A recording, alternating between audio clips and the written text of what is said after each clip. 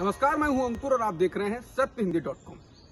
सत्य हिंदी की खबरें शुरू करें उससे पहले आपको यह बता दें, जैसा कि आपको पता भी होगा कि सत्य हिंदी का ऐप आ चुका है और उसको डाउनलोड करने के लिए आपको इस वीडियो के डिस्क्रिप्शन में जाना होगा।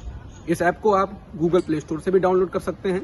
और अब नजर डाल लेते हैं अब तक की सुर्खियों पर। भारत में पिछले एक दिन में 1,27,000 से अधिक कोरोना संक्रमण के मामले दर्ज किए गए हैं और 2,795 लोगों की मौत भी हुई है, जिसके बाद देश में कुल मृतकों की संख्या 3,31,000 के पार हो गई है। बता दें, पिछली बार भारत में 8 अप्रैल को 1,26,000 से अधिक मामले दर्ज किए गए थे, लेकिन उसके बाद लगातार मामलों में बढ़ोतरी देखी गई और एक दिन में 4 लाख से अधिक मामले आने लगे। प्रधानमंत्री मोदी ममता बनर्जी विवाद के बीच पश्चिम बंगाल के मुख्य सचिव से मुख्यमंत्री के सलाहकार बने अलापन बंदोपाध्याय को केंद्र सरकार ने अब नोटिस भेजा है। उनसे पूछा गया है कि वे प्रधानमंत्री मोदी के नेतृत्व वाली बैठक से अनुपस्थित क्यों रहे थे। पिछले कुछ दिनों से मोदी ममता विवाद के केंद्र में आलापन बंदोपाध्याय हैं। विवादों के बीच ही वह एक दिन पहले सेवानिवृत्त हुए हैं। सेवानिवृत्त से पहले उनके कार्यकाल को 3 महीने इसलिए बढ़ा दिया गया था क्योंकि कोरोना महामारी से बेहतर तरीके से निपटा जा सके। हालांकि यास तूफान को लेकर बंगाल में प्रधानमंत्री मोदी की बैठक वाले विवाद के बाद आलापन को केंद्र सरकार ने दिल्ली बुला लिया था, लेकिन ममता ने उन्हें दिल्ली भेजने से साफ इनकार कर दिया था। लक्षद्वीप में नए नियमों को लेकर शुरू हुए लक्षद्वीप बचाओ अभियान तेज होने और नियमों के विरोध में बीजेपी के अंदर भी मतभेद होने के बाद अब कहा जा रहा है कि बीजेपी आलाकमान प्रशासक प्रफुल्ल खोड़ा पटेल को इन नियमों पर धीमी गति से विचार करने के लिए कह सकता है। वहीं लक्षद्वीप के सांसद मोहम्मद फैसल ने कहा है कि गृहमंत्री अमित शाह ने आश्वासन दिया है कि लक्षद्वीप में कानूनों के ड्राफ्ट पर फैसला बिना वहां के चुने हुए प्रतिनिधियों की राय के नहीं लिया जाएगा। उत्तर प्रदेश विधानसभा चुनाव 2022 से पहले यूपी बीजेपी में बदलाव के संकेत लगातार मिल रहे हैं। अब 2017 में उत्तर प्रदेश में योगी आदित्यनाथ के सत्ता में आने के बाद पहली बार पार्टी ने उनको लेकर विधायकों और नेताओं से फीडबैक लिया। पार्टी के राष्ट्रीय महासचिव BL संतोष ने सोमवार को लखनऊ में मंत्रियों और पार्टी नेताओं के साथ बैठक की। इसके बाद मुख्यमंत्री योगी आदित्यनाथ से भी उनके आवास पर एक अलग से बैठक की। बता दें, कहा जा रहा है कि पंचायत चुनाव में मिली हार और कोरोना संकट के प्रबंधन के दाग को हटाने के लिए बीजेपी बड़ा बदलाव कर सकती है। बाबा रामदेव के डॉक्टरों को लेकर दिए गए विवादित बयानों के विरोध में आज हजारों डॉक्टर्स काला दिवस मनाएंगे। रेजिडेंट डॉक्टर्स के फेडरेशन आज ब्लैक डे मनाएंगे। हालांकि इस दौरान मरीजों के इलाज पर कोई असर नहीं पड़ेगा, क्योंकि इस दौरान भी सभी health care workers PP kit पर काली पट्टी बांधकर काम करेंगे। डॉक्टरों की मांग है कि रामदेव के खिलाफ कार्रवाई की जाए। रामदेव ने कहा था कि एलोपैथी के कारण लाखों लोग मर गए। उन्होंने डॉक्टरों की मौत को लेकर भी असंवेदनशील बयान दिया था। झारखंड के मुख्यमंत्री हेमंत सोरेन ने प्रधानमंत्री मोदी को पत्र लिखकर राज्य में कोरोना टीका सभी को मुफ्त में देने की मांग की है।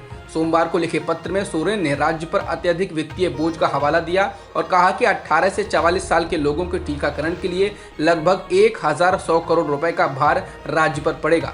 इसके अलावा 12 से 18 साल के बीच के बच्चों के लिए भी 1,000 करोड़ रुपए का भार अलग से पड़ेगा। उन्होंने कहा कि पहले से ही कोरोना संकट के दौरान बोझ तले दबे संसाधनों पर ये और भार बढ़ा देगा।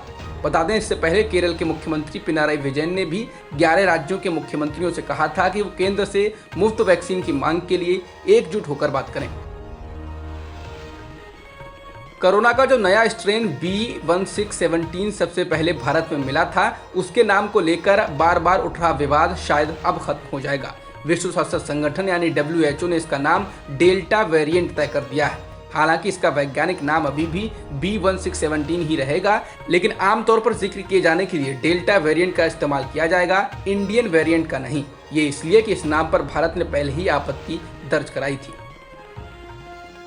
दिल्ली सरकार ने अब राष्ट्रीय राजधानी में भारतीय और विदेशी ब्रांडों की शराब की होम डिलीवरी को मंजूरी दे दी है, जिसके बाद अब लोग मोबाइल ऐप या ऑनलाइन वेब पोर्टल के माध्यम से अपना ऑर्डर दे सकते हैं। बता दें, लॉकडाउन के वक्त शराब की दुकानों पर भारी भीड़ को देखने के बाद शराब निर्माताओं ने आम आदमी पार्टी की सरकार से मांग की थी कि वो शराब की होम डिलीवरी की अनुमति दे दें। बता दें, अप्रैल में जब CM केजरीवाल ने लॉकडाउन का ऐलान किया था तो शराब की दुकानों पर भारी भीड़ लग गई थी। विश्व की दूसरे नंबर की महिला टेनिस खिलाड़ी जापान की नाओमी ओसाका ने फ्रेंच ओपन से अपना नाम वापस ले लिया है। उन्होंने मानसिक स्वास्थ्य का हवाला देते हुए ऐसा किया है। 23 साल की ओसाका ने रविवार को दूसरे दौर में प्रवेश कर लिया था। जीत के बाद वो प्रेस कॉन्फ्रेंस में नहीं पहुंची, जिसके बाद आयोजकों ने उन पर $15,000 का जुर्माना लगाया।